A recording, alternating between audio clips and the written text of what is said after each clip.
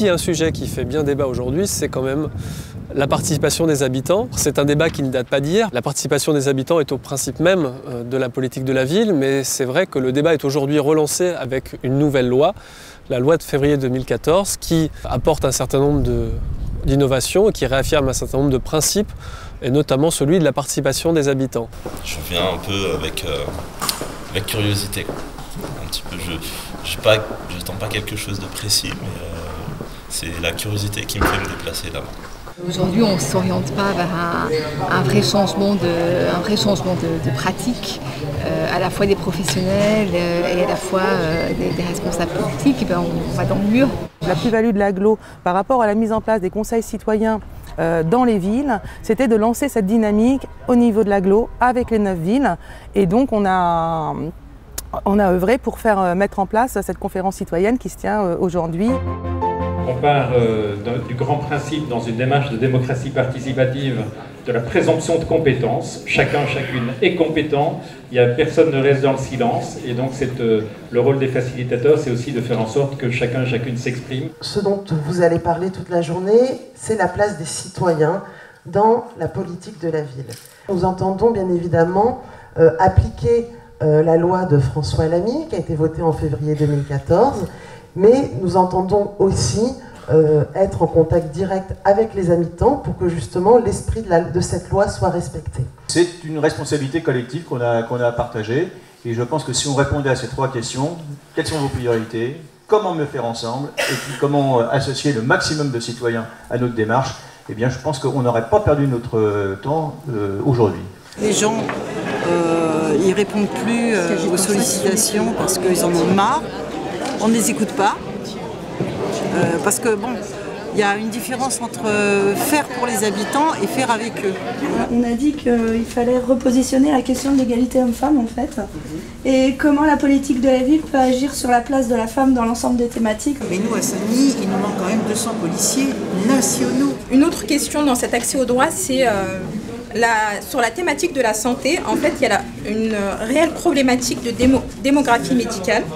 Donc il y a certains territoires où c'est vraiment des déserts médicaux. Donc il n'y a pas de médecins dans certaines PMI. Souvent les parents, c'était synonyme. On m'a convoqué à l'école parce que mon fils a fait une bêtise. On leur montrait que non, si on vous fait venir, c'est pas forcément pour une bêtise, mais aussi pour vous parler de l'école, de l'institution, comment l'institution fonctionne. On a pu exposer vraiment nos idées et les problématiques que nous, en tant qu'habitants et citoyens ou membres d'associations, on voit tous les jours. J'ai trouvé ça très intéressant et le fait de pouvoir les exposer, encore mieux. On vous demande une demi-heure d'attention pour pouvoir entendre les synthèses faites par les différents groupes. Dans les échanges, une d'entre nous a évoqué un proverbe africain. Seul je vais plus vite, ensemble nous allons plus loin. Sinon sur la mobilité, beaucoup de choses ont été faites, mais c'est toujours insuffisant.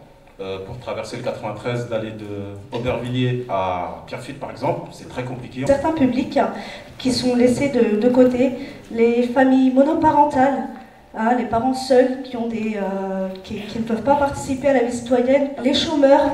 L'enjeu aujourd'hui de cette conférence citoyenne ici à Plaine Commune, c'est à la fois de pouvoir mobiliser les habitants qui se mobilisent au sein des associations, mais c'est ce que j'ai indiqué tout à l'heure dans mon propos liminaire, c'est-à-dire d'aller chercher ceux qui ne se mobilisent pas. Et là, il y a un enjeu extrêmement fort. La politique de la ville est une sorte d'ensemblier de toutes les politiques qui sont menées dans une ville. Si on la prend de manière très large, la politique de la ville, pas simplement en termes de réparation d'inégalités, mais bien construire la ville différemment, peut-être que ça sera le prolongement. On passera d'une politique de la ville assez cloisonnée et visant certaines populations à une politique de la ville qui prendra son sens le plus fort. Je voudrais quand même dire que les conseils citoyens, c'est pas dans le rapport que nous on avait proposé autre chose, c'était des tables de quartier qui n'étaient pas exactement la même chose, mais on s'adapte. Voilà, les débats politiques à l'Assemblée nationale ont eu lieu. La proposition a été modifiée, elle ouvre une porte. Je pense qu'il faut mettre le pied dans la porte et il faut s'y engouffrer pour essayer d'inventer de nouvelles pratiques. Sachez que tout ce travail qui a été produit aujourd'hui, on va en faire un avis citoyen. Et c'est avec cet avis citoyen qu'on va travailler sur le contrat de ville. bien sûr, je voudrais vous remercier vous particulièrement parce qu'il y a énormément d'énergie, énormément de ressources, énormément d'intelligence. Le partage a été très constructif et on espère tout simplement que ce sera suivi de fait derrière. Mais sinon, je trouvais que la démarche en tout cas elle est très intéressante. Sur la tête à Saint-Denis. Et sur la faute à Voltaire. On connaît des habitants qui se porteront volontaires. Des supporters bien audacieux qui savent jouer collectif. Maintenant, c'est au pouvoir public d'être un peu plus actif. On nous donne de petits moyens en espérant qu'on devienne grand. Mais la plupart du temps, ce n'est qu'un sacré coup de vent.